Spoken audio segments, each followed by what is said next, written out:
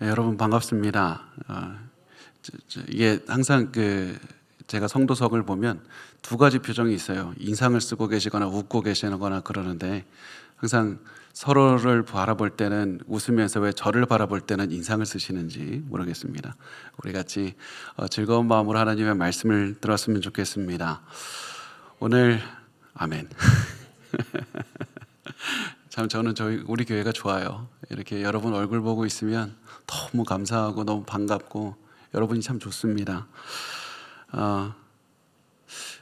이제 무거운 얘기를 시작을 해야 되는데 사람이 코너에 몰리면 자기의 솔직한 모습이 드러나기 마련입니다. 자기가 평소에는 아주 우아하고 멋있고 고결하게 보이는 사람도 코너에 몰렸을 때는 비로소 자기의 숨겨왔던 모습이 드러나는 겁니다. 이렇게 숨겨왔던 모습이 드러나면 우리가 보통 뭐라고 합니까? 나 그런 사람 아니야. 나 코너에 몰리니까, 나의 상황에 이렇게 궁지에 몰리니까 이런 거지. 나 원래 훨씬 괜찮은 사람인데 내가 코너에 몰리니까 이런 모습이라고 얘기를 합니다.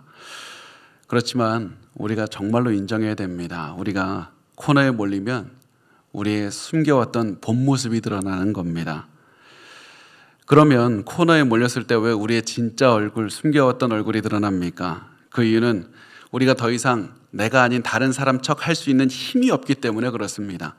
그동안에는 내가 그래도 살만하니까, 그래도 좀 힘이 있으니까 여전히 좀 꾸밀 수 있고 또 가식적으로 보일 수 있고 그랬는데, 이게 너무나도 코너에 몰리면 그동안에 있었던 힘이 다 바닥에 나서 더 이상 자기가 자기 아닌 사람인 척 할 수가 없는 겁니다.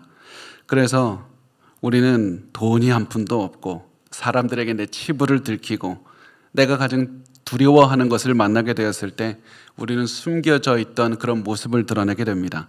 그래서 우리는 코너에 몰리는 걸 너무나도 싫어하는 겁니다. 단순히 고난이기 때문이 아니라 내 숨겨진 모습이 그대로 드러나는 그 보는 것 자체가 굉장히 괴롭기 때문에 그렇습니다. 그런데 우리가 반드시 기억해야 될 것은 코너에 몰려서 우리의 맨얼굴이 드러날 때가 가장 중요하고 굉장히 감사해야 되는 때라는 사실입니다. 왜냐하면 이때 비로소 전심으로 우리가 하나님을 붙잡을 수 있기 때문에 그렇습니다. 더 이상 나에게 남아있는 힘이 없으니까 하나님만 붙잡을 수 있는 겁니다. 더 이상 내가 의지하던 것을 의지할 수 없으니까 하나님밖에 없다는 마음으로 절실하게 최선을 다해서 붙잡을 수 있는 겁니다. 그래서 우리는 맨얼굴이 드러날 때 그때 비로소 알게 됩니다. 처음에는 맨얼굴이 드러나면 하나님 왜 이러십니까? 하나님 제가 헌신하면 제 삶을 좀 좋게 해주실 수 없습니까? 이렇게 막 얘기하다가 결국에서는 하나님께서 맨얼굴이 드러나게 하시는 이때가 바로 복이구나. 하나님께서 이 내 맨얼굴을 드러나게 해주시면서 내가 내 힘이 아니라 하나님의 힘으로 살게 해주신다. 삶의 전환점이 이루게 해주시는 그때인 겁니다. 그래서 하나님의 은혜가 깊으면 깊을수록 하나님은 우리를 끊임없이 따라오셔서 우리의 맨얼굴을 드러내게 하시는 겁니다. 그렇게 해서 하나님은 우리가 변화되기를 원하십니다. 그래서 우리가 코너에 몰릴 때가 우리의 삶이 변화가 될 때라는 사실을 반드시 기억하시면 됩니다. 내가 너무 힘들고 사람들이 떠나고 너무 내가 하는 계획대로 다 안 되고 다 실패하고 가정에서 내 자녀조차 내가 원하는 대로 되지 않는다는 걸 보고 너무 힘들 때 이때 무엇을 생각해야 되는가? 나도 이런 맨얼굴이 드디어 드러나는 때이다 생각하고 하나님께 나아가기만 하면 됩니다. 하나님을 절실하게 붙잡으시면 됩니다. 그러면 하나님께서 우리를 변화시켜 주시는 겁니다. 이것이 오늘 우리가 나눌 야곱 이야기의 오늘 중심 이야기입니다. 오늘 본문에서 우리가 나눌 야곱 이야기는 야곱의 맨얼굴이 드러나고 야곱이 변화가는 그런 모습을 나누게 됩니다. 그리고 이런 야곱이 변화되는 모습은 야곱이 가장 먼저 코너에 몰리는 그런 장면으로부터 시작을 합니다. 야곱이 코너에 몰렸다. 이 사실은 우리가 지난번에 나눴던 야곱과 라반이 헤어지는 장면부터 잘 드러나고 있습니다. 두 사람은 헤어지면서 이렇게 약속을 했습니다. 창세기 31장 52절에 이렇게 말씀을 합니다. 이 무더기가 증거가 되고 이 기둥이 증거가 되나니 내가 이 무더기를 넘어 내게로 가서 해하지 않을 것이요 내가 이 무더기 이 기둥을 넘어 내게로 와서 해야지 아니할 것이라. 이 말은 두 사람이 이제 이 경계를 서로 넘어서는 안 된다는 얘기입니다. 만약 한쪽이 이 경계를 넘으면 너가 이 언약을 어긴 것으로 간주하고 이 경계를 넘은 너를 내가 이제 무력으로 진압하겠다, 무력으로 싸울 수 있다, 이런 얘기가 됩니다.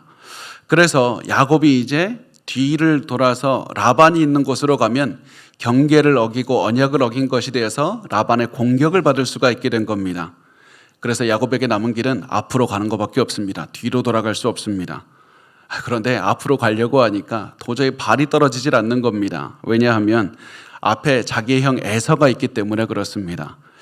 에서가 그냥 일반 사람입니까? 엄청난 사람입니다. 그래서 이 에서가 이미 야곱은 엄청난 세력을 형성하고 있었다는 것을 듣게 됩니다. 그래서 야곱은 불안한 마음으로 한 걸음씩 걸어가면서 에서를 이제 어떻게 관계를 회복해야 되나? 만약에 에서가 나를 죽이면 우리 가족은 어떻게 살아가야 되나? 이런 여러 가지 생각으로 가득 차서 걷고 있었습니다. 그런데 그런 생각 가운데 갇혀 있는 야곱에게 하나님께서 나타나셔서 말씀합니다. 야, 그게 중요한 게 아니야. 에서가 중요한 게 아니야.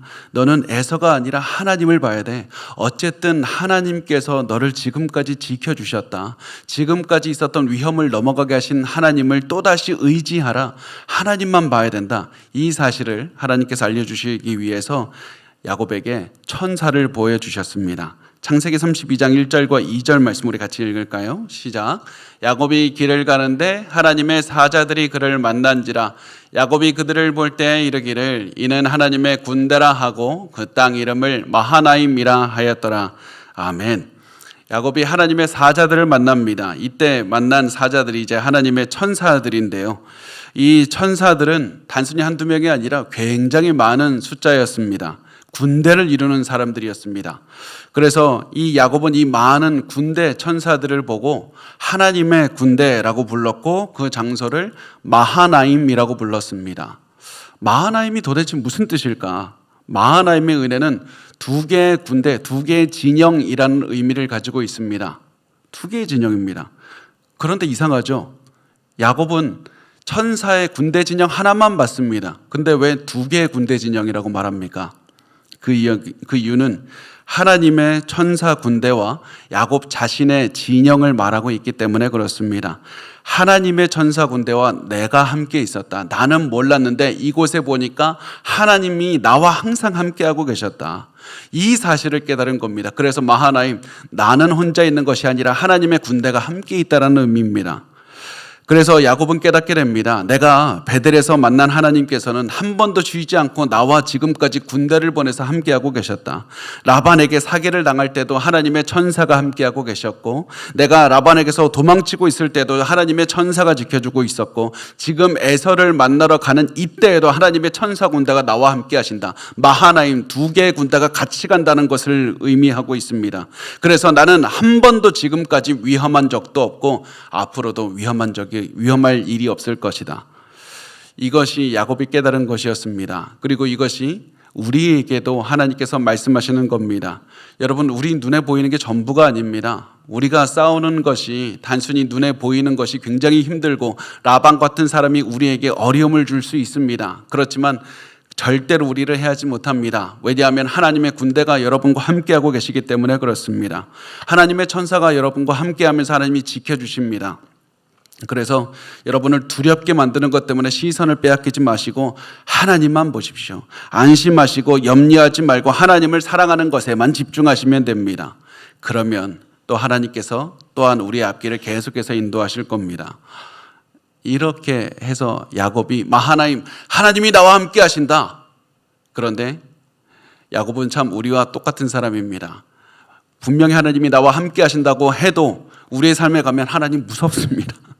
염려가 됩니다. 불안합니다. 이게 우리의 마음 아닙니까? 야곱도 하나님의 천사를 봤는데 여전히 에서가 무서웠습니다. 에서는 너무 어떡할까? 에서에 대한 두려움으로 가득 차 있었습니다. 내가 20년 전에 형을 속이고 장자권을 빼앗은 일 때문에 형 에서가 나를 아직도 죽이고 싶어 한다는 그런 마음이 있을 텐데 어떻게 할까 힘들어했습니다. 그러다가 두려움으로 가득 차게 된 야곱은 결국 자신이 가지고 있는 최고의 자산, 머리를 사용하기 시작을 합니다. 그래서 그것이 3절에서 6절에서 나와 있는데요. 우리 같이 읽을까요? 시작. 야곱이 세일 땅 애굽들에 있는 형 에서에게로 자기보다 앞서 사자들을 보내며 그들에게 명령하여 이르되 너희는 내 주 에서에게 이같이 말하라. 주의 종 야곱이 이와 같이 말하기를 내가 라반과 함께 거류하며 지금까지 머물러 있었사오며 내게 소와 나귀와 양떼와 노비가 있으므로 사람을 보내어 내 주께 알리고 내 주께 은혜 받기를 원하나이다 하라 하였더니 사자들이 야곱에게 돌아와 이르되 우리가 주인의 형 에서에게 이른즉 그가 400명을 거느리고 주인을 만나려고 오더이다. 아멘. 야곱이 이제 돌아갈 때 보니까 에서가 어디 있냐면 세일 땅, 에돔 땅 세일에 거하고 있다고 합니다. 세일 땅에 있다고 하는데 이 세일은 어떤 곳이냐면 이미 다른 사람들이 살던 곳입니다.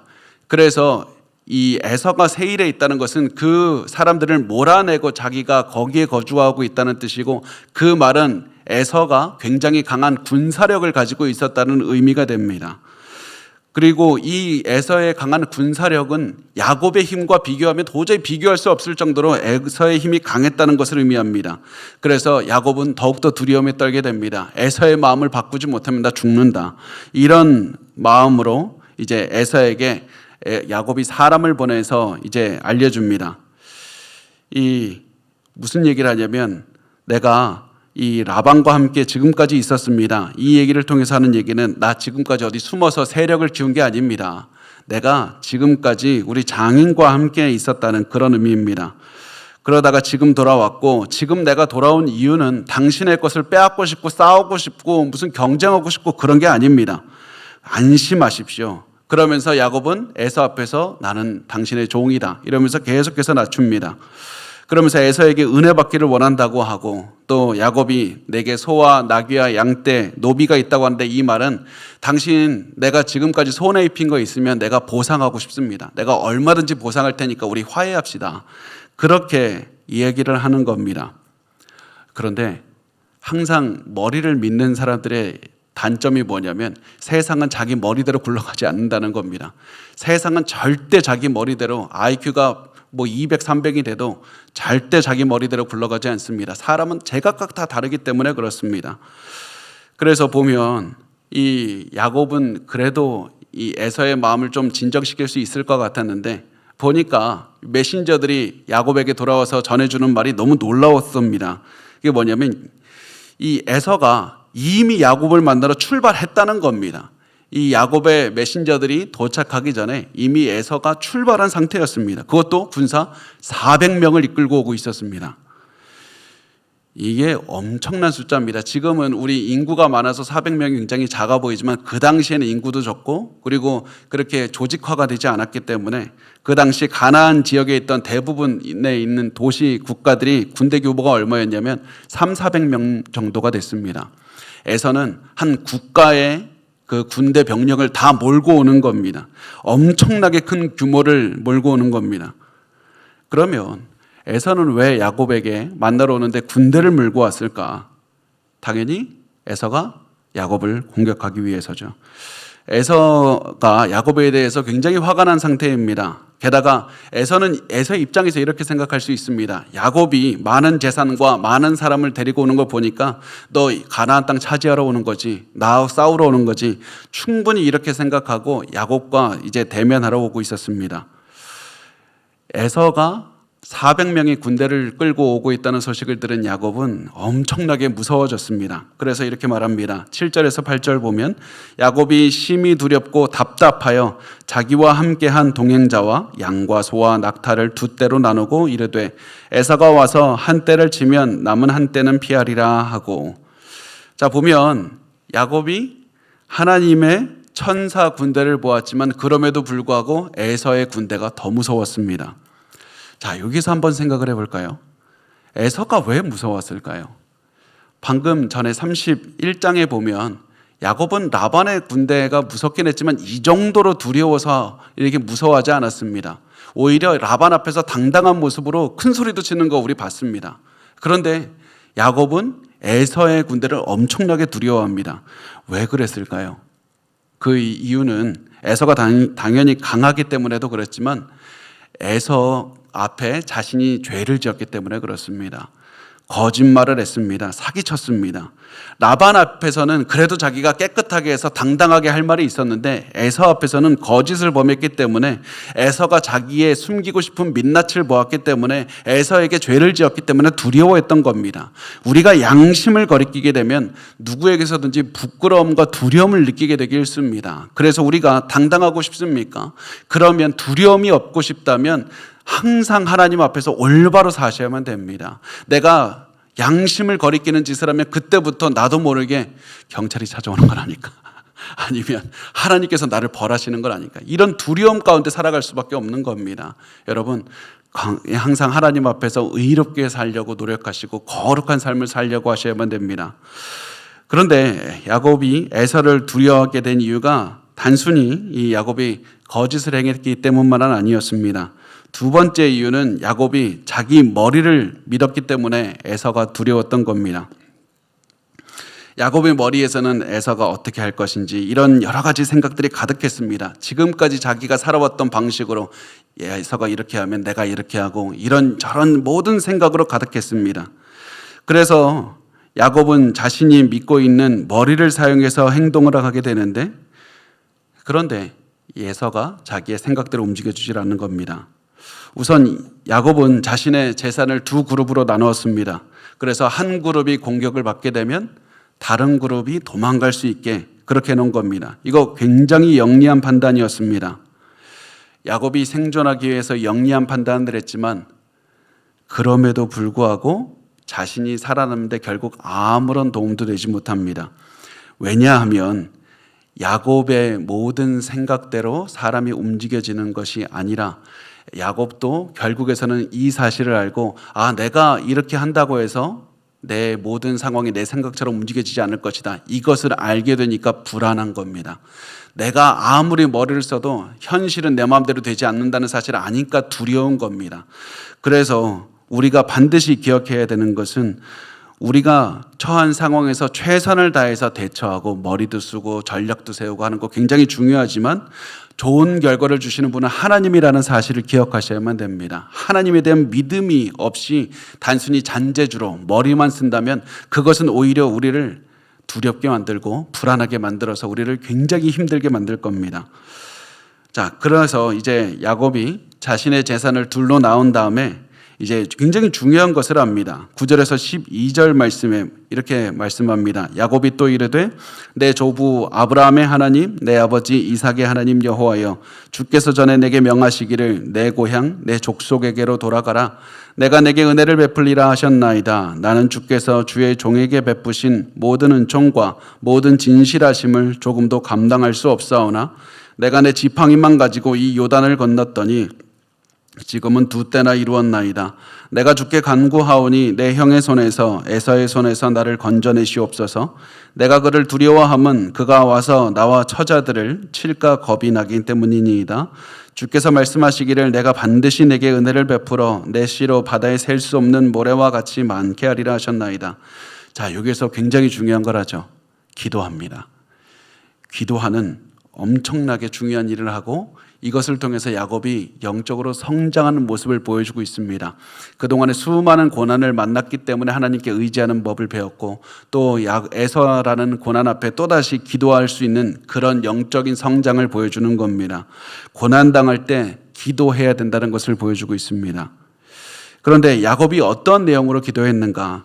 야곱이 기도한 내용은 하나님 앞에 철저하게 낮추고 은혜를 구하는 겁니다. 이게 중요합니다. 하나님 내가 뭐 해냈으니까 하나님 그 대가로 나에게 주십시오. 이것이 아니라 하나님 앞에 철저하게 낮추고 하나님의 은혜를 구했습니다. 그래서 야곱이 말한 내용을 보면 20년 전에 내가 라반에게 갈 때 나 무일뿐이었습니다. 나 빈손이었는데 지금 많은 재산 가지고 올 수 있었습니다.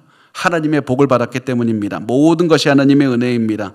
그러므로 하나님 나에게 또다시 복을 주시옵소서. 나에게 약속하신 그 약속을 이루어 주시옵소서. 이것이 야곱이 코너에 몰렸을 때 하나님께 드렸던 기도이고 이게 우리가 하나님께 드려야 되는 기도입니다. 여러분 코너에 몰렸습니까? 이제 더 이상 뒤로 물러설 곳이 없다면 이때는 나의 약함을 인정하고 하나님, 은혜의 하나님, 내가 아무것도 하나님의 복을 받을 자격이 없지만 하나님 나에게 은혜를 내려주시고 복을 주시옵소서. 하나님 나에게 복을 주셔서 내 삶을 변화시켜 주시고 고난을 넘어가게 해달라고 그렇게 기도하시면 하나님께서 넘어가게 해주실 겁니다. 근데 참 우리가 야곱을 좋아하는 이유가 뭡니까? 정말 우리 같기 때문에 그렇습니다. 우리는 기도한 다음에 하나님 은혜를 주시옵소서 한 다음에 하나님 못 믿어. 하나님 못 믿어. 이런 마음으로 살지 않습니까? 야곱이 하나님 은혜를 주시옵소서, 하나님 의지합니다 기도했지만 실제로 하나님을 의지하지는 못했습니다. 여전히 두려워했고 여전히 불안했습니다. 그래서 야곱은 또다시 자기가 잘하는 거 머리 쓰기 시작합니다. 13절에서 20절까지 말씀인데 우리 같이 긴 말씀입니다. 같이 읽어볼까요? 제 얼굴만 기어나. 자, 우리 같이 읽어보겠습니다. 시작. 야곱이 거기서 밤을 지내고 그 소유 중에서 내 형 에서를 위하여 예물을 택하니 암염소가 200이요 숫염소가 20이요 암양이 200이요 숫양이 20이요 전나는 낙타 30과 그 새끼요 암소가 40이요 황소가 10이요 암나귀가 20이요 그 새끼 나귀가 10이라 그것을 각각 때로 나누어 종들의 손에 맡기고 그의 종에게 이르되 나보다 앞서 건너가서 각대로 거리를 두게 하라 하고 그가 또 앞선 자에게 명령하여 이르되 내 형 에서가 너를 만나 묻기를 내가 누구의 사람이며 어디로 가느냐 내 앞에 것은 누구의 것이냐 하거든 대답하기를 주의 종 야곱의 것이요 자기 주 에서에게로 보내는 예물이오며 야곱도 우리 뒤에 있나이다 하라 하고 그 둘째와 셋째와 각대를 따라가는 자에게 명령하여 이르되 너희도 에서를 만나거든 곧 이같이 그에게 말하고 또 너희는 말하기를 주의 종 야곱이 우리 뒤에 있게 하라 하니 이는 야곱이 말하기를 내가 내 앞에 보내는 예물로 형의 감정을 푼 후에 대면하면 형이 혹시 나를 받아주리라 함이었더라. 아멘. 야곱이 에서에게 주려고 준비한 짐승만 최소 550마리 이상입니다. 한 580마리 정도 될 것이라고 예상을 하는데 이 짐승의 수를 보면 야곱이 정말 돈이 많았다, 거부했다라는 것을 보여주고 있습니다.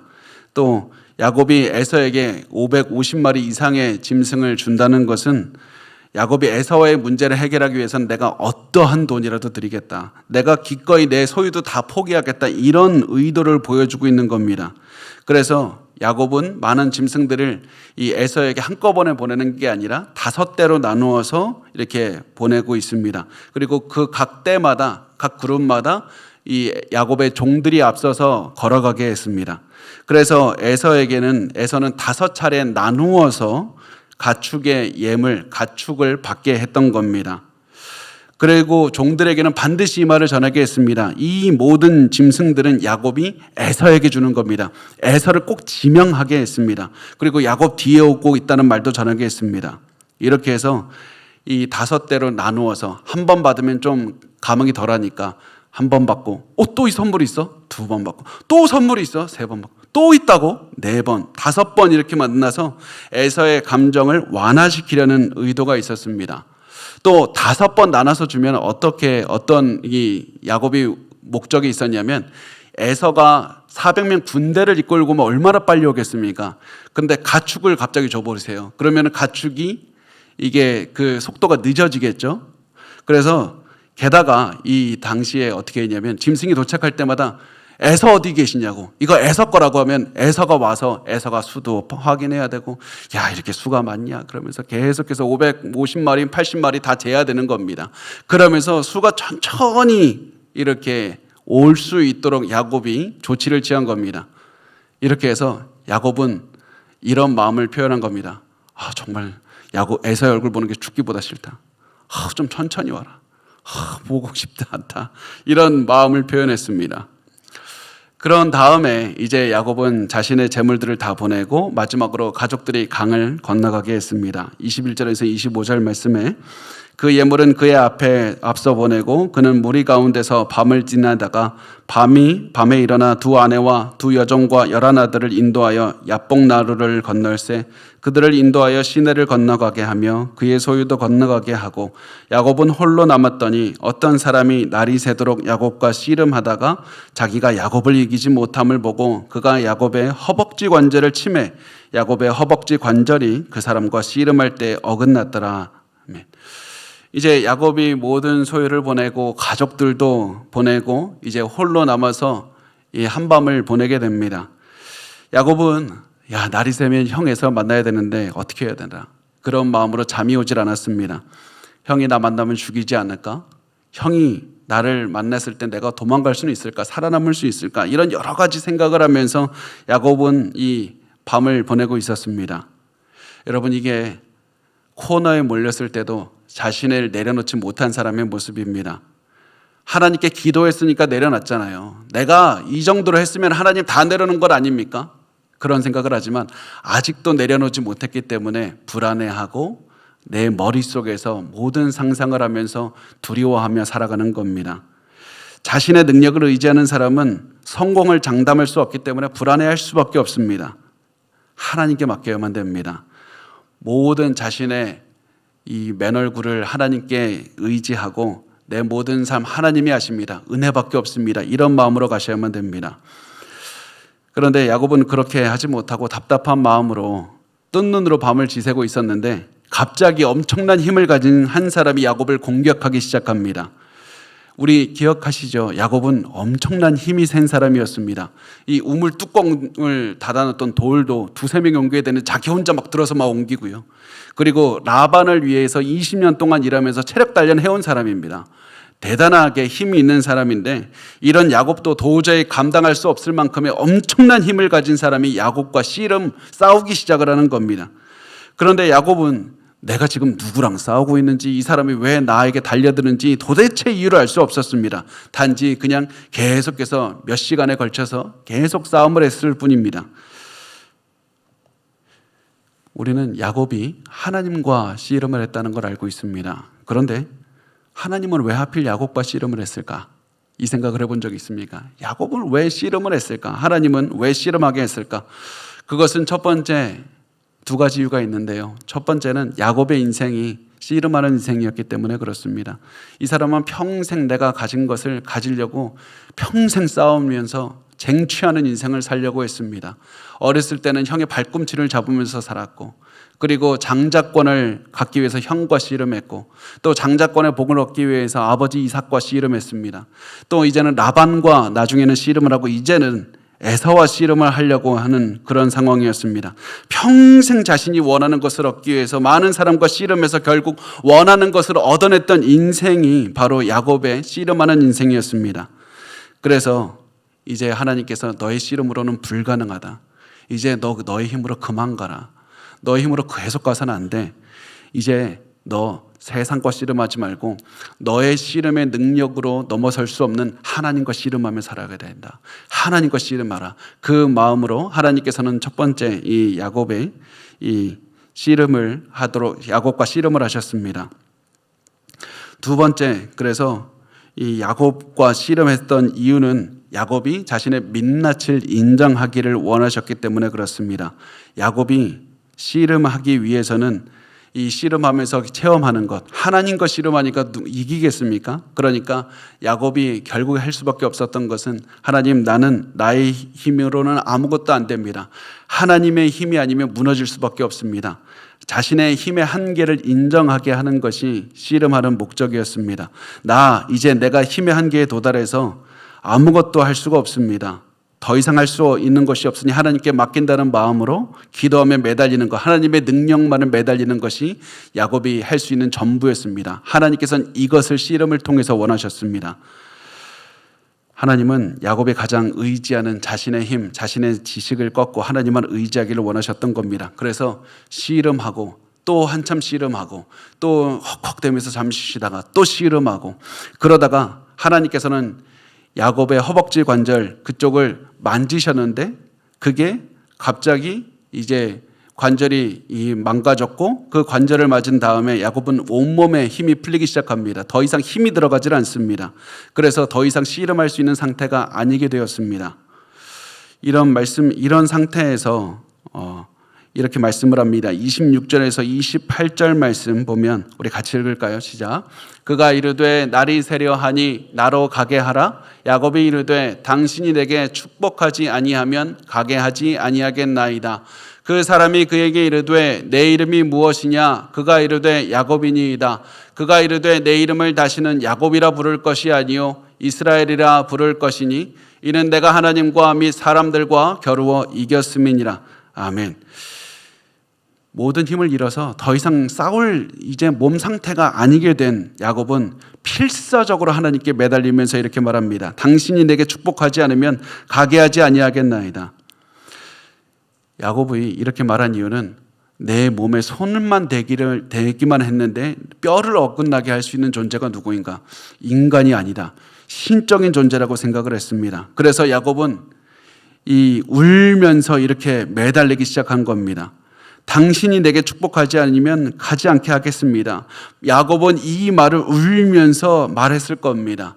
땀범벅으로 계속되고 온몸이 너무 힘이 빠져서 제대로 서 있을 수도 없었던 야곱이 씨름하던 상대에 매달려서 복을 달려고 울면서 매달리고 있는 겁니다. 눈물을 흘리면서 말했고 또 헉헉대고 있었고 눈물 콧물이 입으로 들어갔기 때문에 말도 제대로 알아들을 수 없을 만큼의 그런 눈물을 흘리면서 말했을 겁니다. 마치 우리가 너무 힘들 때 눈물을 흘리면서 기도하다 보면 말도 제대로 나오지 않지 않습니까? 그런 상태로 야곱이 계속해서 눈물을 흘리면서 붙잡고 늘어졌던 겁니다. 당신이 나를 도와주지 않으면, 당신이 나에게 복 주지 않으면 나 보내지 않을 겁니다. 이때 야곱이 구했던 것은 무엇일까? 야곱이 복 달라고 했을 때 하나님께 무엇을 원했을까? 많은 학자들은 얘기합니다. 이때 야곱이 원했던 것은 아마 이 상대방 신적인 힘을 원했을 것이다. 아침이 밝으면 형이 이끄는 400명을 내가 상대해야 되는데 당신의 힘만 있으면 나 이길 수 있습니다. 나 지금 힘을 다 잃어서 더 이상 싸울 수가 없습니다. 당신의 강력한 힘을 달라고 그렇게 기도했을 것이다. 그런데 이때 하나님께서 야곱에게 묻습니다. 너의 이름이 무엇이냐? 너의 이름이 무엇이냐? 이 질문은 하나님께서 내가 너 이름을 까먹었는데 이름이 뭐냐? 이런 의미가 아닙니다. 너의 이름이 뭐냐면 그 당시의 이름은 자기 자신을 뜻합니다. 자기 자신의 정체성을 뜻합니다. 그래서 너의 이름이 무엇이냐라고 했을 때는 하나님께서 물었던 거는 너는 네가 어떤 인간인지 알고 있느냐? 네가 어떤 인간인지 나에게 말해보라. 솔직한 너의 맨 얼굴을 드러내라. 너가 그동안에 숨기고 있었던, 부정하고 있었던, 가리고 있었던 그 맨 얼굴을 나에게 말해보라. 이렇게 말씀을 했습니다. 그러자 야곱이 고개를 떨구면서 이렇게 말합니다. 제 야곱입니다. 이때 야곱은 단순히 자신의 이름을 말하는 게 아닙니다. 야곱의 이름의 의미는 발꿈치를 잡는 자이고 속이는 자라는 의미가 아닙니까? 그래서 야곱은 자신의 이름을 말하면서 자기의 인생을 요약해서 이렇게 얘기를 하는 겁니다. 저 사기꾼입니다. 저 거짓말쟁이입니다.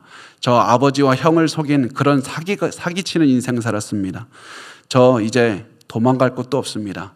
이게 제 맨 얼굴입니다. 그래서 코너로 몰린 야곱은 더 이상 그냥 하나님이 그냥 가면 자기는 이제 힘도 없고 살 수가 없기 때문에 자신의 약점을 인정할 수밖에 없었고, 그래서 더 이상 숨기지 못해서 자기의 솔직한 모습, 나 야곱입니다. 나 그런 인간입니다. 이 얘기를 했던 겁니다. 그리고 이때 우리가 한 가지 중요한 사실을 알게 됩니다. 야곱이 하나님께 매달려서 하나님을 보내지 않고 씨름했던 게 아니라 지금까지 하나님께서 야곱과 씨름해 주셨다는 뜻입니다. 하나님께서 떠나주지 않으셨다는 겁니다.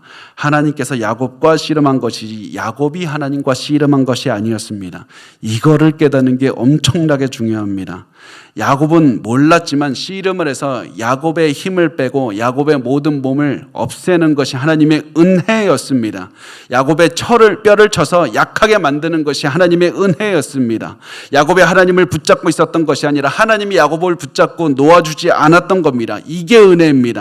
하나님이 야곱과 씨름하신 목적은 너의 힘이 아무런 소용도 없다는 사실을 인정하라. 하나님만 더욱더 의지하라. 그러면 다음 단계로 넘어가게 해주겠다. 이것이 하나님의 은혜였습니다. 그리고 이것을 우리가 반드시 알아야만 됩니다.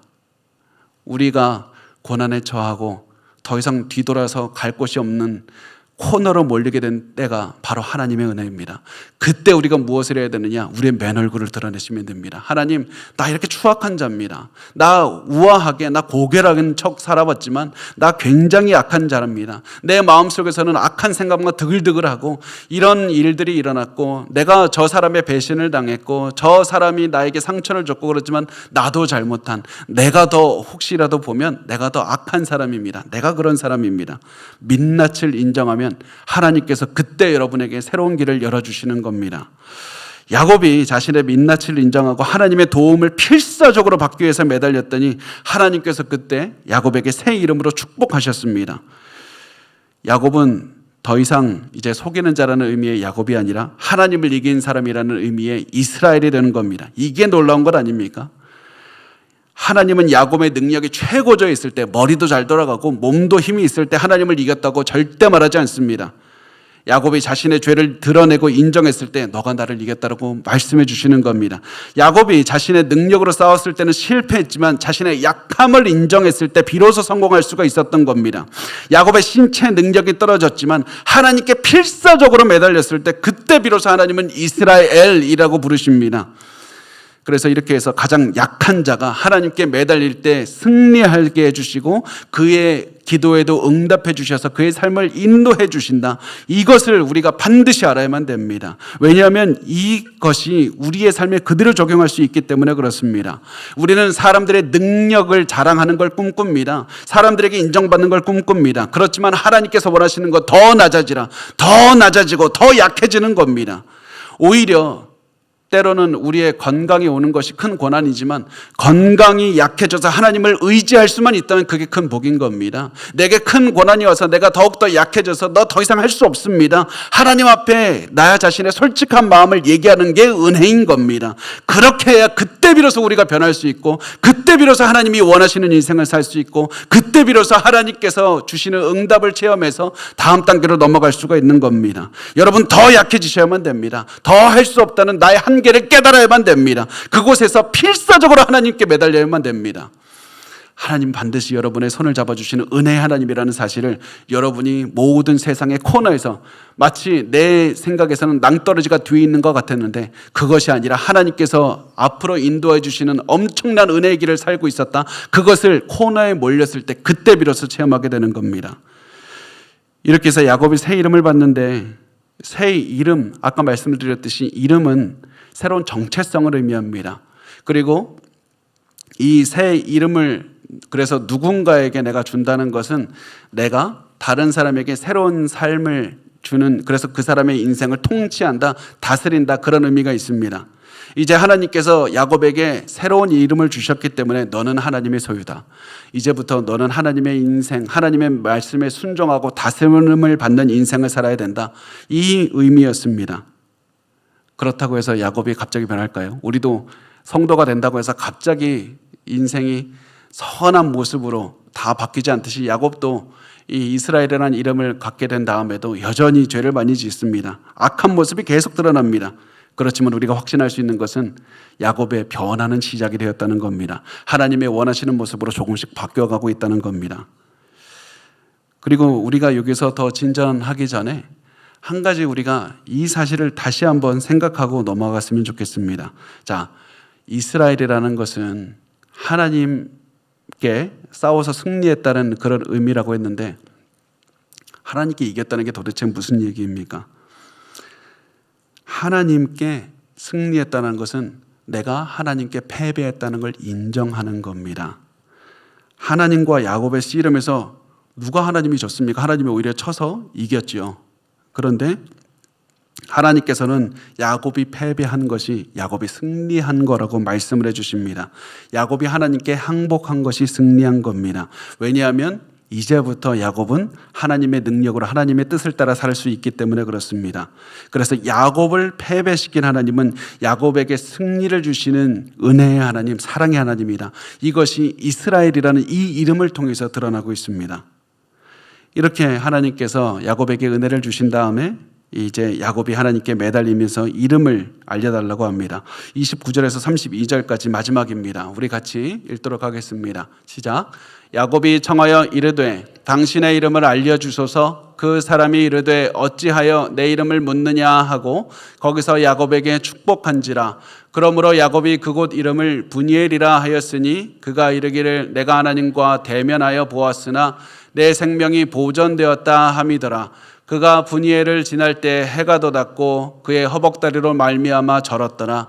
그 사람이 야곱의 허벅지 관절에 있는 둔부의 힘줄을 쳤으므로 이스라엘 사람들이 지금까지 허벅지 관절에 있는 둔부의 힘줄을 먹지 아니하더라. 아멘. 이 야곱이 자기와 이 씨름하는 상대의 이름을 알고 싶어서 묻습니다. 이 이유는 아직 야곱이 자신과 씨름하는 상대가 하나님이라는 사실은 모르고 신적인 존재다, 천사다 이렇게 알고 있기 때문에 이제 물었던 겁니다. 그래서 하나님께서는 자신의 이름을 말해주지 않고 이렇게 말씀합니다. 이르되 어찌하여 내 이름을 묻느냐. 이 말은 아직도 내가 누군지 모르냐? 너 내가 누군지 모르겠느냐? 그러면서 하나님이라는 사실을 알려주신 겁니다. 그러면서 하나님은 떠나셨습니다. 은혜의 하나님이 야곱을 떠나시고 비로소 그 다음에 야곱이 내가 씨름한 상대가 하나님이다, 그것을 깨닫게 됩니다. 그리고 야곱은 그곳 이름을 하나님의 얼굴이라는 뜻의 브니엘이라고 이름 지었습니다. 자신이 하나님의 얼굴을 뵙고도 살아있다, 이런 감탄이 들어있는 이름이었고 그 다음에 비로소 해가 뜨고 야곱의 새로운 삶이 시작이 되는 겁니다. 이것이 하나님과 씨름에서 이긴 이제 야곱의 인생입니다. 새로운 하루가 시작되었다는 것은 이제 야곱의 인생에서 어두움은 물러갔다. 하나님과 씨름에서 내가 졌더니 하나님께서 너 이스라엘이다 승리했다, 그 말씀을 받은 다음에 새로운 하루가 시작되는 것은 너는 이제 에서의 공격을 두려워할 필요가 없다, 이것을 깨닫게 해주시는 겁니다. 야곱을 살린 것은 가축대들을 여러 개 주고 이 가족들을 두 대로 나누고 이런 여러 가지 전략이 아니라 하나님과 했던 씨름의 결과에 있었습니다. 그런 다음에 이제 야곱이 이제 이 이스라엘이라는 이름을 받은 야곱의 모습을 한번 상상해 보셨으면 좋겠습니다. 이 야곱의 모습을 뭐라고 그립니까? 그의 허벅다리로 말미암아 절었더라. 허벅다리로 말미암아 절었더라. 이 사람은 지금 온몸에 땀으로 가득하고 피가 가득하고 또 옷은 넝마가 되어 있었을 겁니다. 옷 곳곳에 찢어 있었을 겁니다. 그리고 흙도 온몸에 가득 묻었을 겁니다. 한쪽 다리에는 힘이 들어가질 않아서 계속해서 절뚝거렸고 그럴 때마다 너무 다리가 아파서 얼굴을 찡그리고 걸어가고 있었을 겁니다. 이게 하나님께서 이겼다고 말해주시는 이스라엘의 모습인 겁니다. 이스라엘은 사람들 앞에서 군림하면서 큰 왕처럼 자랑스럽게 대단한 모습으로 드러나는 게 아니라 온몸은 피범벅이고 땀범벅이고 옷은 다 구겨지고 그리고 절뚝이면서 걸어가는, 그것이 바로 하나님께 이긴 사람의 모습입니다. 모든 것을 결국 다 포기하고 약해진 사람, 그래서 하나님만 붙잡았던 사람, 그 사람을 하나님께서 너는 강하다 이스라엘이라 말씀을 해주시는 겁니다. 그래서 여러분의 삶에서도 하나님의 손이 우리의 몸에 닿아서 우리의 허벅지 관절이 망가질 때 감사해야 됩니다. 우리의 삶에 어려움이 올 때 감사해야 됩니다. 우리가 약해지고 무너지고 사람들 앞에서 창피한 모습 당하고 밤새도록 싸워서 피범벅이 되면 우리는 불평합니다. 원망합니다. 그렇지만 그때가 바로 하나님의 은혜의 시간인 겁니다. 하나님은 나를 변화시키시고 그 시간을 통해서 하나님을 의지하게 하시고 변화가 된 인생을 살게 하시는 겁니다. 내가 코너에 몰려서 결국 다리를 절뚝이면서 인상을 쓰고 너무 아파서 눈물을 흘리는 그때가 바로 은혜의 때입니다. 왜냐하면 그때부터 우리의 걸음걸이는 달라질 것이기 때문에 그렇습니다. 우리의 인생을 사는 걸음걸이는 하나님을 만나서 코너에 몰렸을 때 그때 비로소 우리는 다른 걸음걸이를 가지고 살아가게 될 겁니다. 그때 우리는 야곱이 이스라엘 되는 그런 삶을 살게 되는 겁니다. 여러분은 지금 이제 어떻게 살고 있습니까? 여러분 지금 혹시 코너에 몰려 있습니까?